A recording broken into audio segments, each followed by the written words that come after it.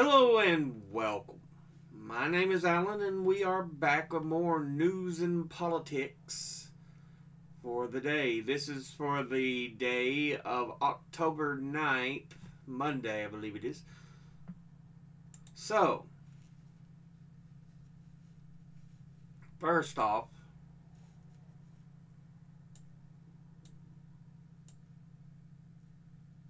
let's see.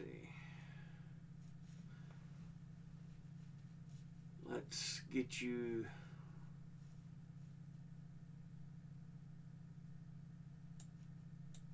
all the way back to the beginning.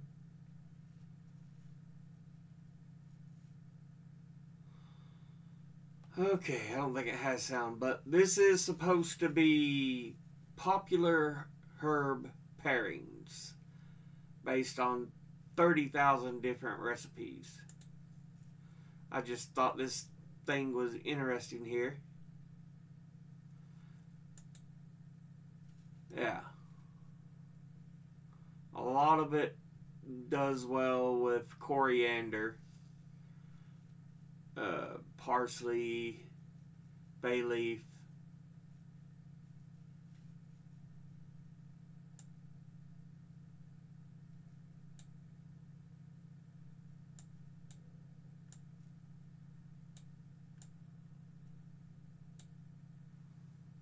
Okay.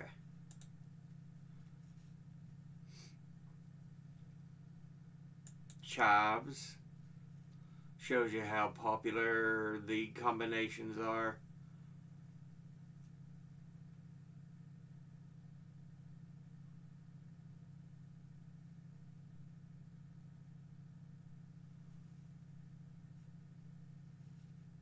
So much this way. Fennel, its combinations are popular with coriander, thyme, parsley a fair amount.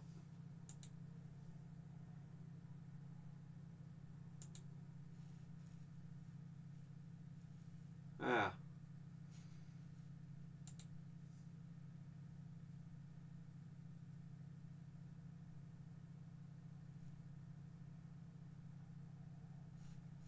And pause. Yeah, I just thought that was an interesting combination sheet that they had the different combinations showed how popular they were. Rosemary and thyme are pretty popular apparently.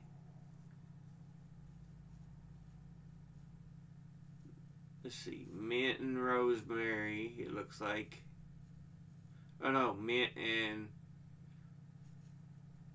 hold on, trace that properly, coriander.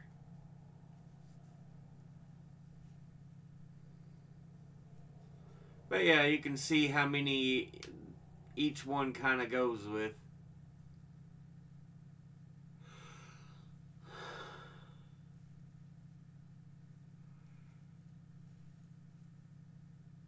Yeah, rosemary thyme seems like one of the biggest combinations. Anyway, let's head on to some stories here. You don't need to give me that. Now, story from Penn Live. 69-year-old skydiver plunges to death in Florida front yard.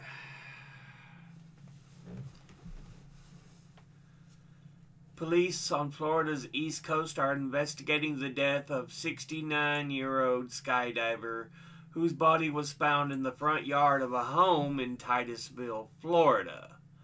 The man, identified as Frederick C. Morello of Ormond Beach, was found dead, wearing skydiving attire and gear. Let's see. A surveillance camera from a neighboring home caught the reflection from a parked SUV in which the skydiver is seen falling down from the sky, landing on the lawn. That sucks. I mean,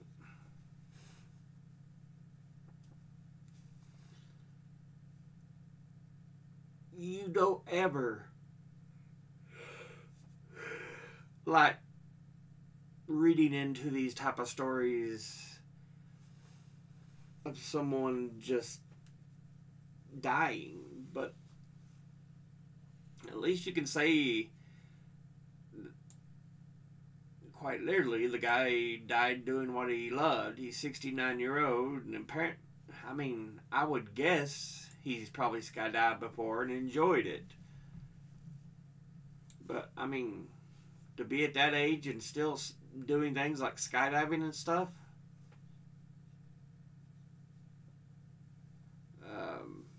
yeah.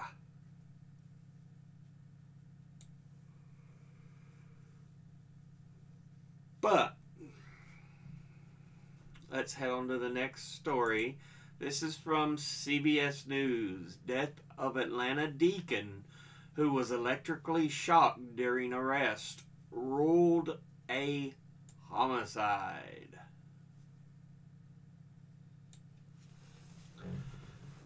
An autopsy has found that the August 10th death of 62-year-old church deacon who was electrically shocked by an Atlanta police officer was a homicide, although the medical examiner found that heart disease also contributed to his death. Johnny Hallman became unresponsive while being arrested after a minor car crash. The officer shocked Hallman with an electrical stun gun and handcuffed him after Hallman refused to sign a traffic ticket.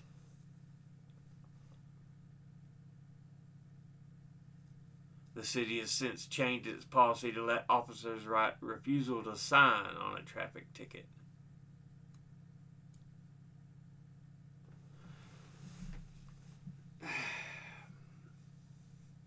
Again, unnecessary force and an unnecessary death.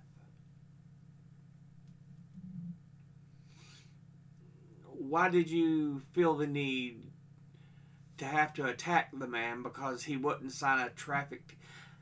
He wouldn't sign a traffic. I mean, does that call for tasing and handcuffing? Fuck no. Anybody could see that. Why do we live in such a stupid world? Anyway, from the AP, police did not give Black Alabama homeowner time to respond before killing him, according to an attorney. Decatur, Alabama. The attorney representing the family of a black man who was fatally shot at his home by police said Friday that officers did not give the man time to respond before they opened fire. Steve Perkins, 39, was killed by police September 29th in Decatur in a confrontation that began with a tow truck driver trying to repossess Perkins' truck. The driver reported that Perkins flashed a gun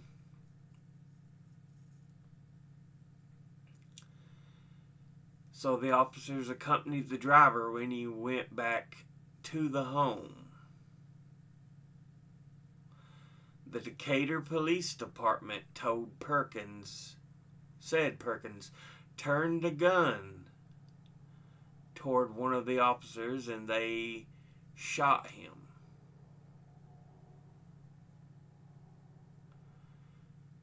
Had a handgun with a light on it.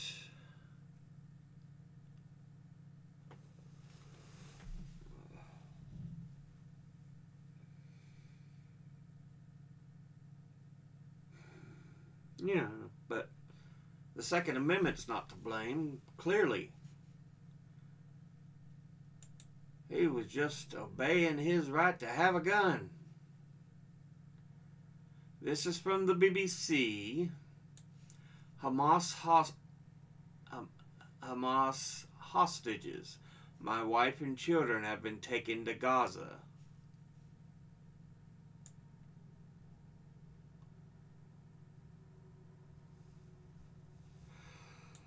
Oh, goodness. Families have spoken of the sheer panic of learning their loved ones may have been taken by Hamas after a militant group attacked Israel.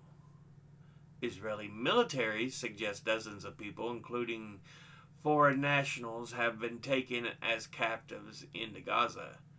Here are some of their stories. Okay.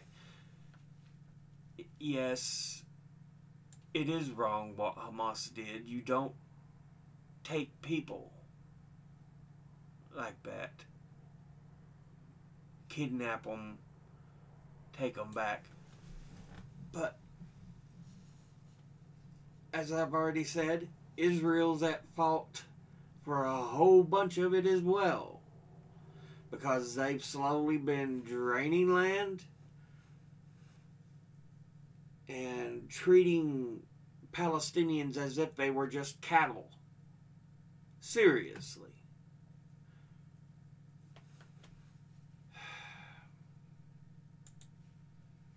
From The Independent.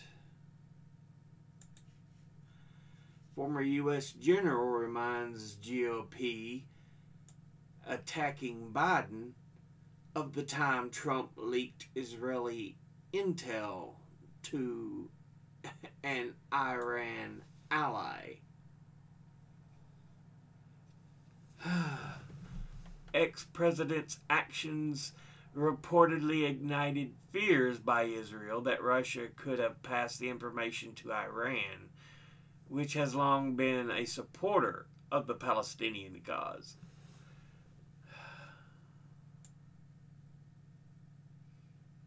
I have no doubt about it. If you remember how much he tried to play patty cake, Trump, with Russia, it was fucking ridiculous. Who was it? Sergei Lavrov and Sergei... I can't remember the other dude's name, but yeah. Russian diplomats.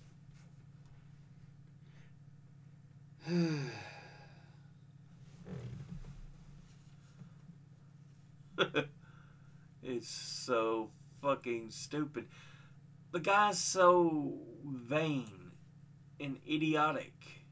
I'm talking about Trump. I still don't understand how he got to be president. This is from Mother Jones. Jim Jordan tried to help Trump mount a coup. Now he gets to be speaker? There are lots of problems with the far-right congressman, but January 6th stands out. Jim Jordan, between lies, at a September 20th, 2023 Judiciary Committee hearing. Representative Jim Jordan, a Republican of Ohio, like Representative Kevin McCarthy, the man he hopes to replace as House Speaker, lies a lot. Jordan's rapid-style monologues on topics such as Russia's attack on the 2016 election, Donald Trump's 2019 effort to extort Ukraine, Hunter Biden, and internet censorship, are often loaded with allegations that are demonstrably false. He has made pushing pro-Trump disinformation a priority for the GOP caucus. As the House Judiciary Committee chairman, he presides over a subcommittee on the supposed weaponization of the federal government that is mostly devoted to furthering Trump's claim that the former president is a victim of the deep state and facing 4 indictments only because of a vast conspiracy. Jordan uses that post to promote the belief system of the Fox News bubble. And though he may stand out from his colleagues on brazenness, on most topics, his fibs align with his fellow House Republicans. Yep, just another one of the gaggle. This is from The Guardian. The U.S. library system, once the best in the world, faces death by 1,000 cuts. In addition to political censorship and budget cuts, libraries are being undermined by rapacious digital licensing agreements.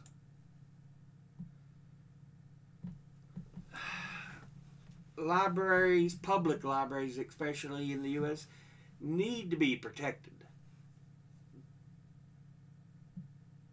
These serve such an important purpose.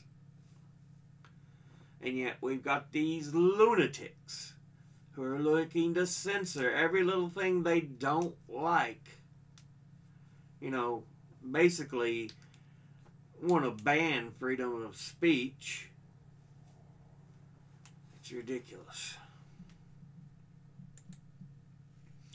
For example, library lists book as potentially sexually explicit simply because the author's name is literally gay. You know, Marie Louise Gay. The Huntsville Madison County Public Library in Alabama marked a book as potentially sexually explicit because the author's last name is Gay. It appeared on a list of 233 books to be reviewed and potentially removed. Read Me a Story, Stella, by Marie Louise Gay, is about 2 kids who read books and build a doghouse. The school library journal says the book is appropriate for kindergarten through 3rd grade. There is nothing sexually explicit about it. This is how we know censorship has gone too fucking far.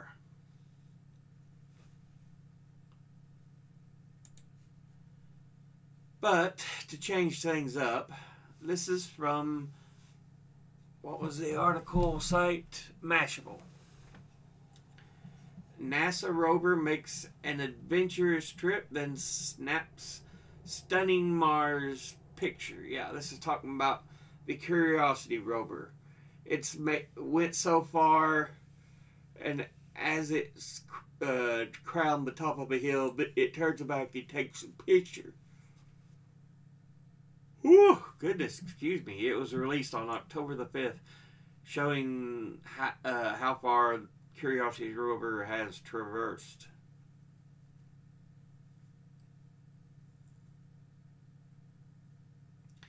But yeah.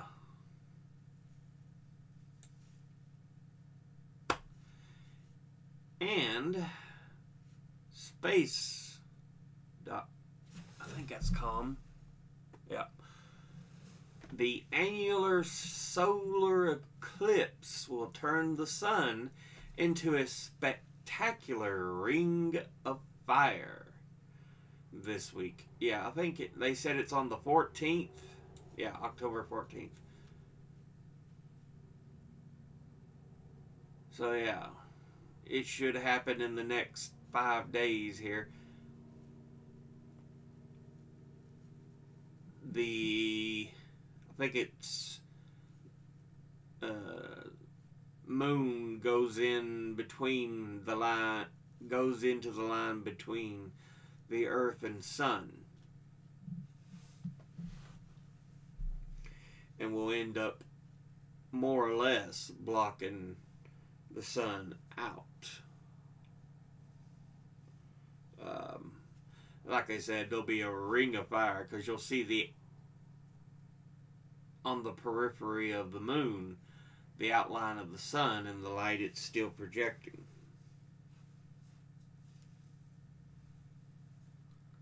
So yeah.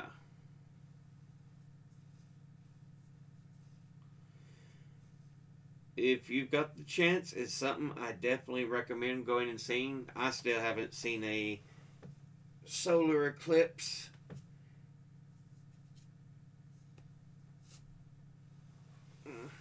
But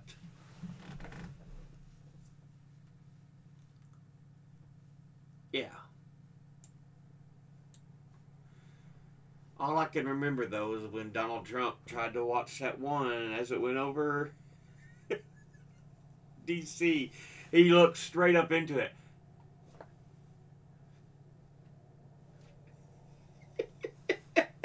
I'm like, you dumb shit. Fucking stupid as fuck. Anyway. From the Times of Israel. Egypt intelligence official says Israel ignored repeated warnings of something big. Cairo official says Israel focused on West Bank instead of Gaza. Egypt's spy chief said to warn the prime minister of terrible operation. Netanyahu denies that was ever said. Yeah, don't think Netanyahu will survive as the head of Israel. He's allowed this to happen. He's been trying to crush the judiciary. He's a horrible, horrible person.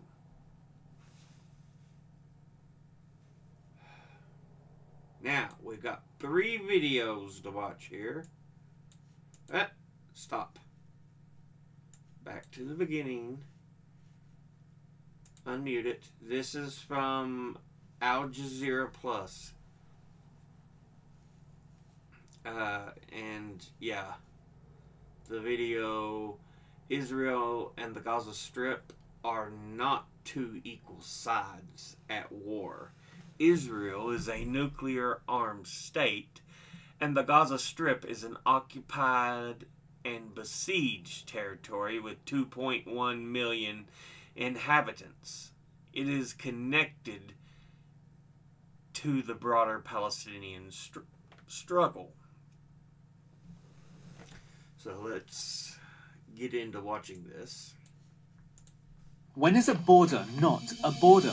When it's a fence that Israel built to create the world's biggest open-air prison. Since March 30, 2018, thousands of Palestinian refugees trapped inside Gaza have taken part in the March of Return, demanding the right to return to their homes in what is now Israel. Israel built...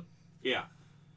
See, this is just a little strip of land on the western corner of Israel. Tiny strip, Gaza, you know, literally the Gaza Strip. And they've got 2.1 million people basically locked in there. It is basically, as they say, an open air prison. Because you're not allowed to go out. Israel controls the influx of electricity, food, supplies, anything. It, you know, open air prison, concentration camp. It's essentially what it's become. Built a 25-mile fence and has shot people protesting near it, saying it's defending its border. But this fence... Yeah. You've got all the people trapped in it. People come to the edge of it to protest, and they're shot. Israel's just like, we're defending ourselves. Seriously? Seriously. And people wonder why an attack like this happened.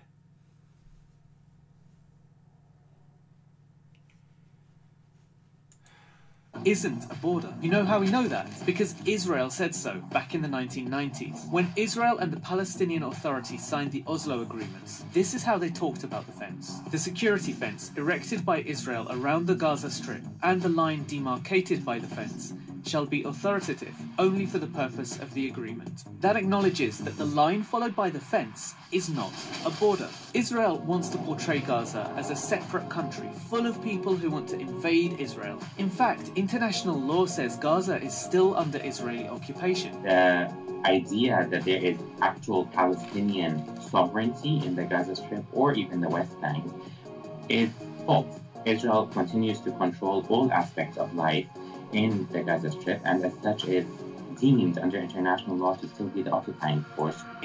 Yeah. More or less, Palestinians have no control, no freedom of life. And again, you wonder why they fight back? Again, it doesn't make the kidnapping and deaths that happened from the Hamas attack right. But you wonder why they attack? And this has been going on for decades. 2010, the UN called Gaza a large open-air prison, and it's not hard to see why. There are only 5 crossing points on the Israeli fence, and 3 of those have been closed for years. Of the 2 that remain, only 1 of those is for people. In September 2018, Israel allowed less than 6,000 people to exit through the Erez crossing.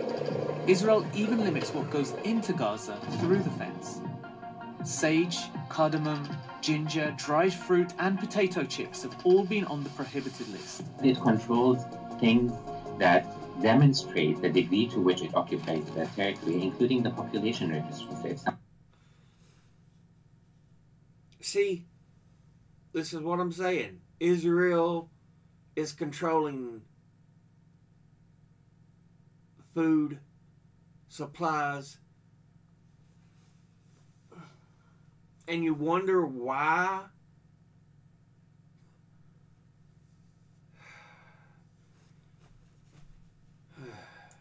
Someone is born in the Gaza Strip and they are not registered within the Israeli authorities. They do not exist. They are unable to travel outside of the Gaza Strip. More than 2/3 of people living in Gaza are registered refugees whose families were forced out of their homes by Zionist militias in 1948 in what became Israel. Israel's Jewish majority was cemented by expelling 4 out of every 5 Palestinians who had lived there. So this fence stands between Palestinians and their former homes, from which they were evicted and to which they've been forbidden from returning. It confines them to a strip of land in which they've been imprisoned as refugees for generations. To the Palestinians of Gaza taking part in the March of Return, they're not breaching another country's borders. They're simply attempting to go home. Yeah. I mean, you think about it.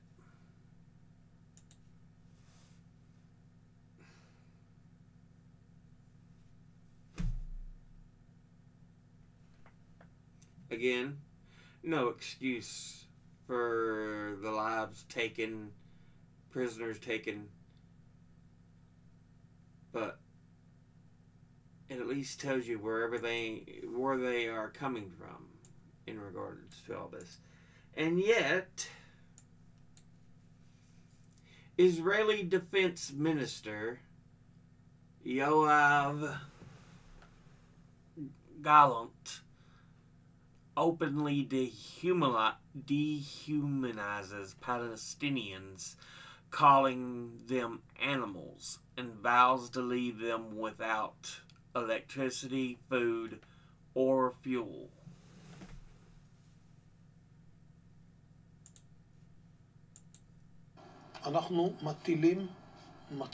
We are imposing a complete siege on Gaza.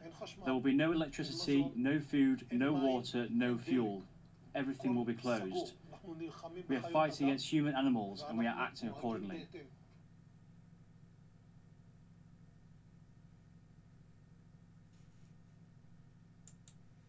Fuckers like that are who I oppose. Again, not the civilians, but people like him, like Netanyahu. They're the monstrosities. Final video. Yeah. Forewarning, it has a not safe for work tag. The Palestinian young man reacts whilst evacuating a body of a little girl from the rubble of her family home, which was bombed by Israeli warplanes today, October 9th.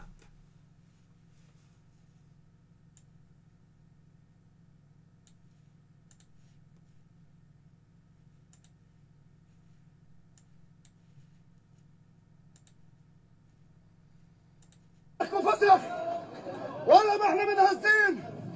هيهم ولا كنا غير نمرق على تل ابيب يا ولد. من وين اروح؟ هاتها من هون. ارجع. So yeah.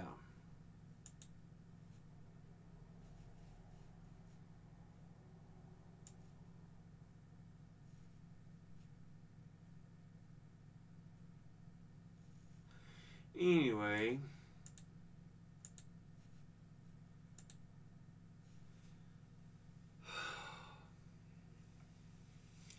these have been news and politics for October the 9th, Monday, 2023.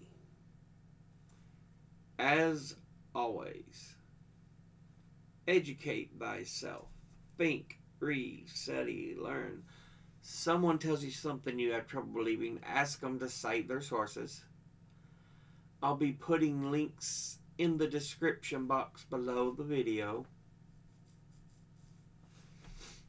I wonder how true this one is, because saying they were bombed by Israeli warplanes in Gaza as of today, but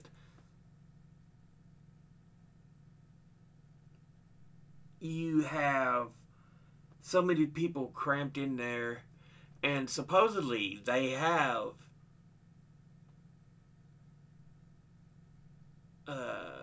captives in Gaza. So why would you risk bombing like that? Something just doesn't trigger right.